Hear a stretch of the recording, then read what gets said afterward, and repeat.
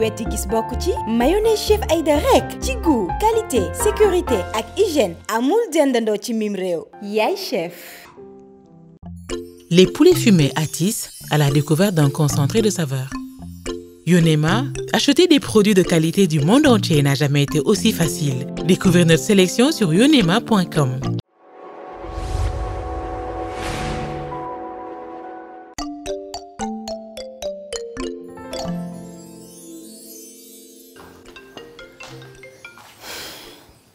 Allô? Oui, Kiné, comment tu vas? Ouais, au photol. Yo, dama xaw a jàng ci embouteillage am benn empêchement de dernière minute. Donc je sais pas, est-ce que dinañ ko mën a repousser pour beneen jour? Repousser moom mënul nekk. Man génnee naa ingrédients yëpp pour ñu commencer togg nga naan ma repousser. Ah, je suis désolée mais repousser moom mënul nekk. Xaw ma looy def nag mais di nga ñëw. Ouais, mais je vais essayer de me racheter, toi aussi, t'inquiète pas. Hein? Kon ka foo nii. Ça ngi ci digg yoon bi quoi. On essaie de repousser ça, en tous les cas, ok? Vraiment désolé.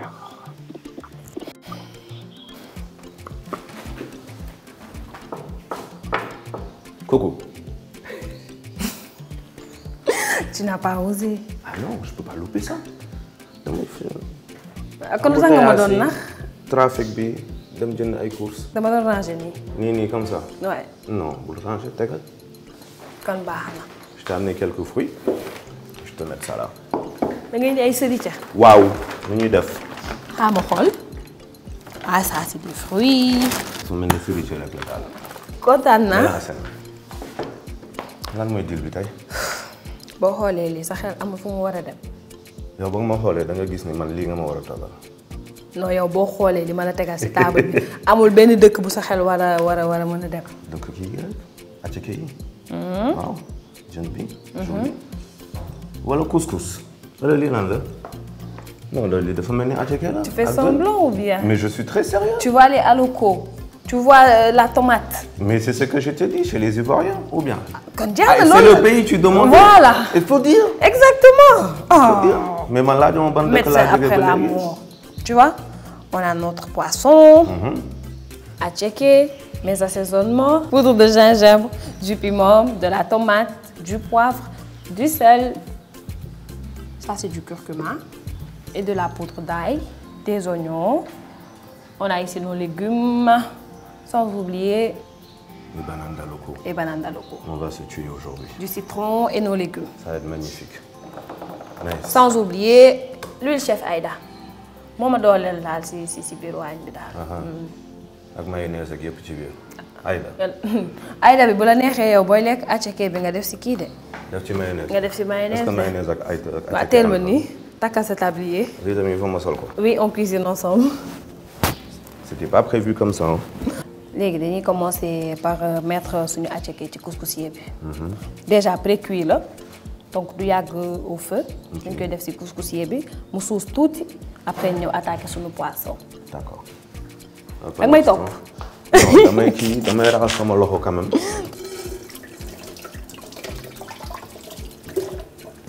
On va attaquer le poisson. OK. Defar suñu marinade. Mariner jën bi. Est-ce que tamit doo ma defaral aloko bi. Bu ma ñëwee damay toggaloo sama invité yi de. Man de pare naa.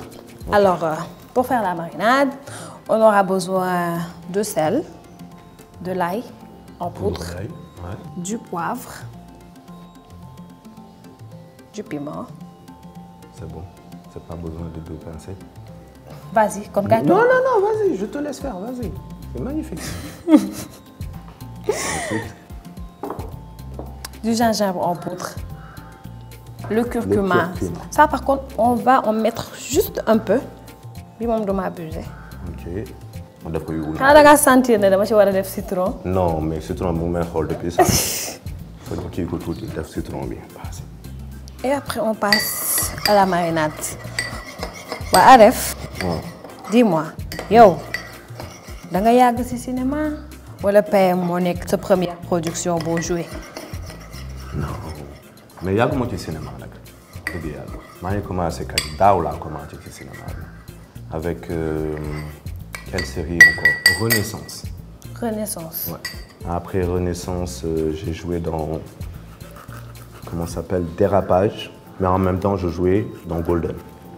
Ok, Golden. Et c'est après Golden que je suis passé à PM. Ok. Pour ñëw seet si la. yaakaaroon naa ne jën bi maa koy dagg. yow aloko bi nga war a dagg. bàyyil ma defal la jën bi te xam naa ne nii moo lay arrangé. Ton intégration dans PM, c'était comment? Comment tu as trouvé la production? C'était difficile. C'était difficile? C'était difficile.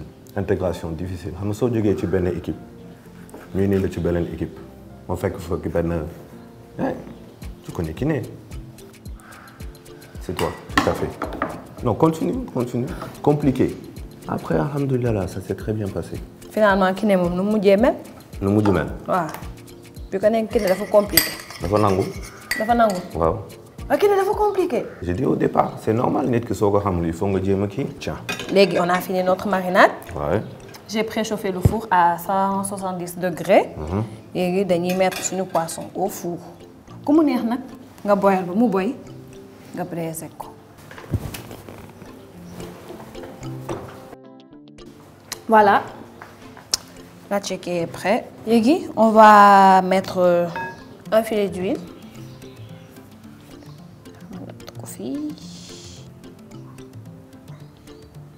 Et un peu de sel.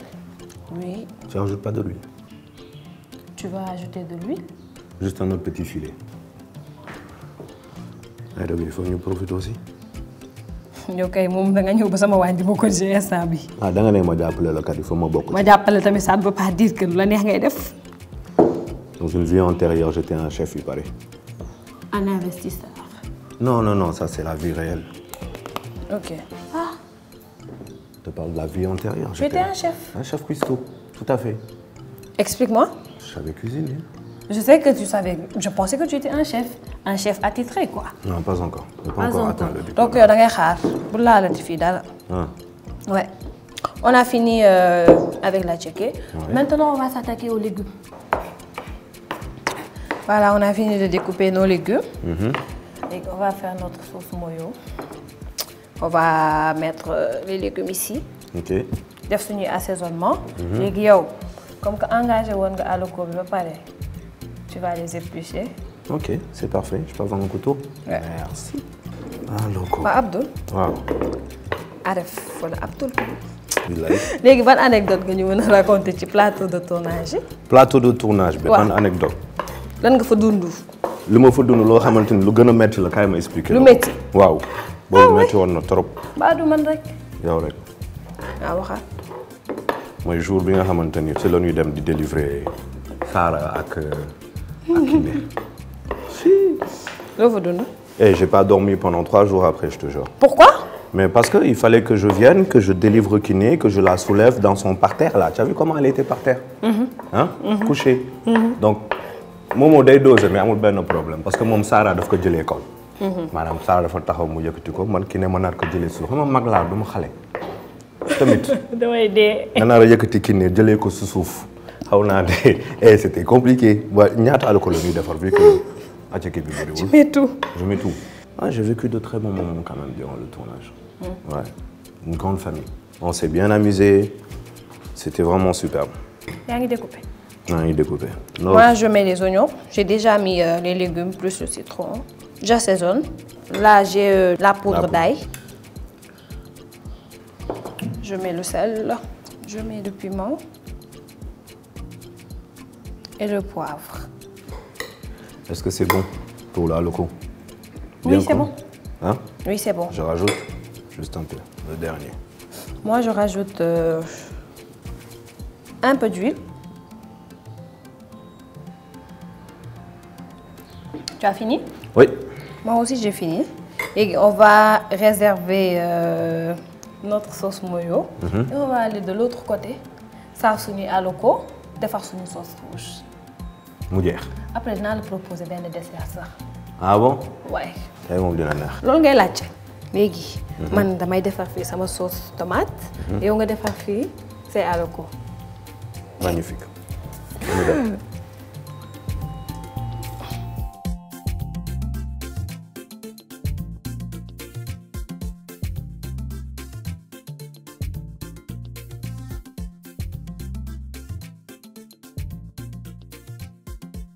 Je fais revenir les oignons.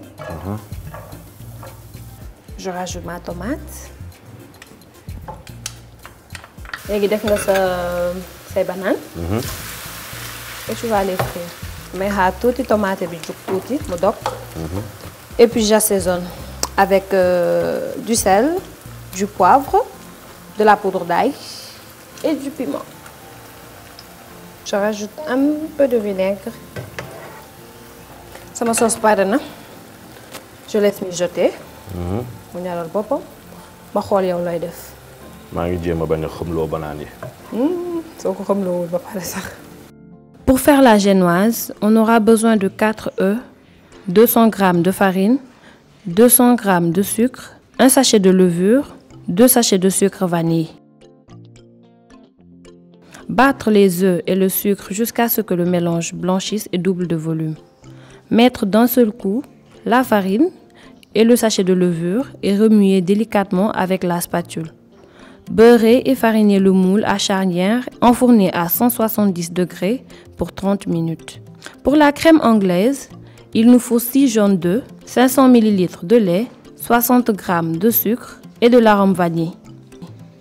Mettre au feu le lait, la moitié du sucre et l'essence vanille.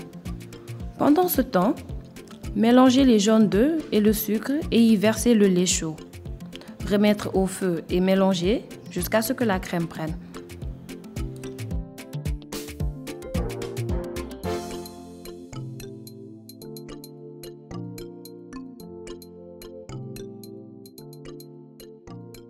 On a fini notre plat. On a fait du bon travail, tu veux dire quoi? Eh, defoo fi dara nag. Regarde-moi ça, xoolal aloko bi. Saaf banaan rek nga fi nekk. Hein? Saaf banaan rek nga Coach fi la nekkee. ci. Coach nga moom moom. ci kii bi. nu mu Coach nga tudd moom. waaw. de yaa ngi ne ma xorom bi ëpp na bu ci yàlla bu la si yàlla xiiree nga ne ma doyul dolli fii defal lii. parce que. ah man kay nee nga chef cuisinier nga kay. donc baax na damay nangu. ay sànq ba tey nag bu ma si yàlla xiiree ma ne Aref bu ma si yàlla xiiree ma ne Abdoul ba tey ji xamaguñu est-ce que doo présenté wu tamit. Abdoul Mbaye turu acteur bi que j'aime beaucoup qui a un grand nom. mais tur bi Aref Khalil la. bëgg ma dolli yeneen prénom yi ci biir. Aref Khalil. waaye tur bi dëgg Aref Aristide Félix Khalil loolu yëpp. yooyu mu ngi ci biir tur bi yooyu yëpp mu ngi ci biir tur bi mooy maanaam jullit beeg chrétien beeg bouddhiste beeg. léegi yëpp ci biir. mais jullit il est toujours dans l'abus le mec. jullit. ouais. D'accord sant bi mooy Khalil. Khalil. ok. Métis libano, cap-verdien, sénégalais. Maman Paul. Le papa il est libanais et cap-verdien. Quel métissage. T'as vu? Ouais.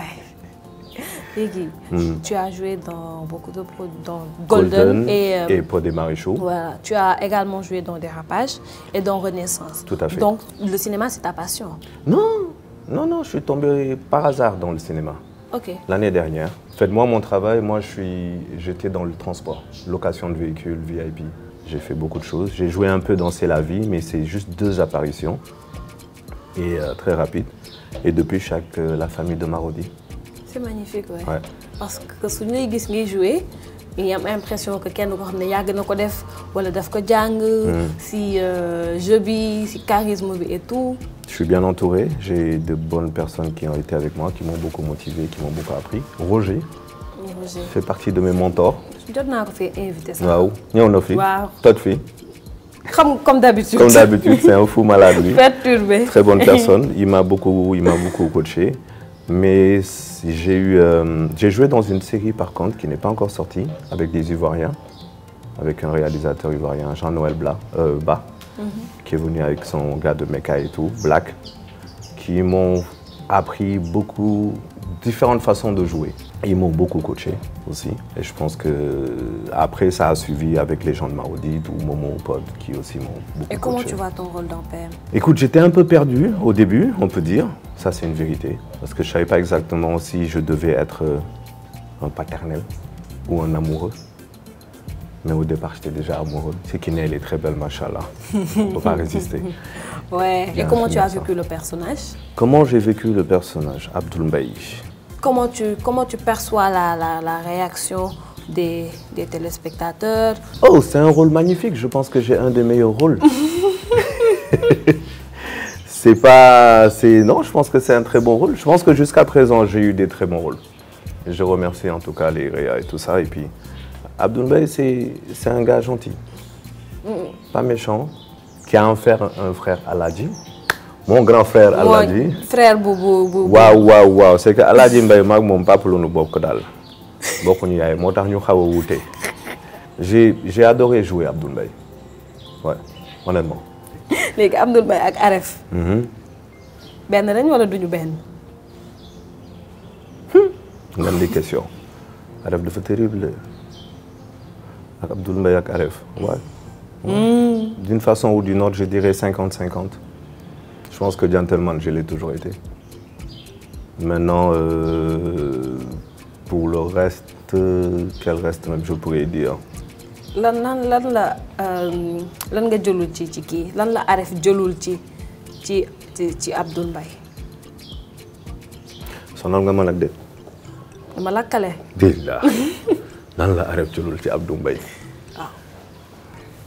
Je pense que Aref n'aurait jamais dragué la femme de quelqu'un. Marié? Divorcé. D'accord. Divorcé. 2 filles, 2 magnifiques filles, 15 ans cette année et 10 ans. Est-ce que je vais me le marier? Va savoir, seul Dieu sait. Tu m'as... yaa wax de ba tey laaj ko ma la. Non balaa ngay dama xam ni fa ngay yegg si kañ balaa nga koy laaj man ma tontu la. kon jëlal. ah ñëwal. Non mais bon. J'ai déjà eu 2 mariages, de divorce, quand même. Je n'ose pas dire le 3e. Mais oui, sûrement, je me remarierai. Inch'Allah. Inch'Allah. Peut-être avec Kiné. Ah, Kiné, vous femme jëkkër. Kan mooy jëkkër Momo? Ouais. Non, ñoom ñaar say. Mais dañu dellu si boobu daal. Tasa guñu de dara wóorul la si. Ndax Momo dafa war a def choix, donc xamaguñu choix bi lan la. Et est-ce que xiifoo? ndax li ngay wax nii yëpp yaa ngi concentré. moo tax mënuma fexe ba tontu la sànq léegi. plat bi. On va démarrer, on va goûter le si bon plat de Awa. Ouais, le si bon plat de. Notre plat, le plat de Awa et de Aref. Ouais. Donc, je vais te servir quand même un peu de jus. Merci. Il est magnifique. Est-ce que dama la defal chef Aïda tey sonal naa la torop nag. Ah. mu ngi fii de war nga mu ci mën a defal. Tu essaies? J'essaie. Vas-y, okay. On va essayer.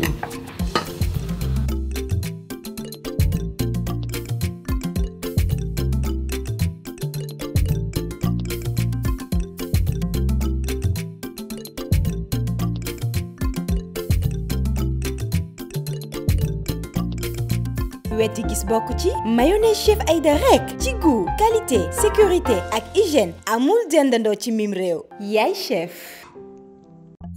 Les poulets fumés Atis à la découverte d'un concentré de saveur. Yonema, acheter des produits de qualité du monde entier n'a jamais été aussi facile. Découvrez notre sélection sur yonema.com.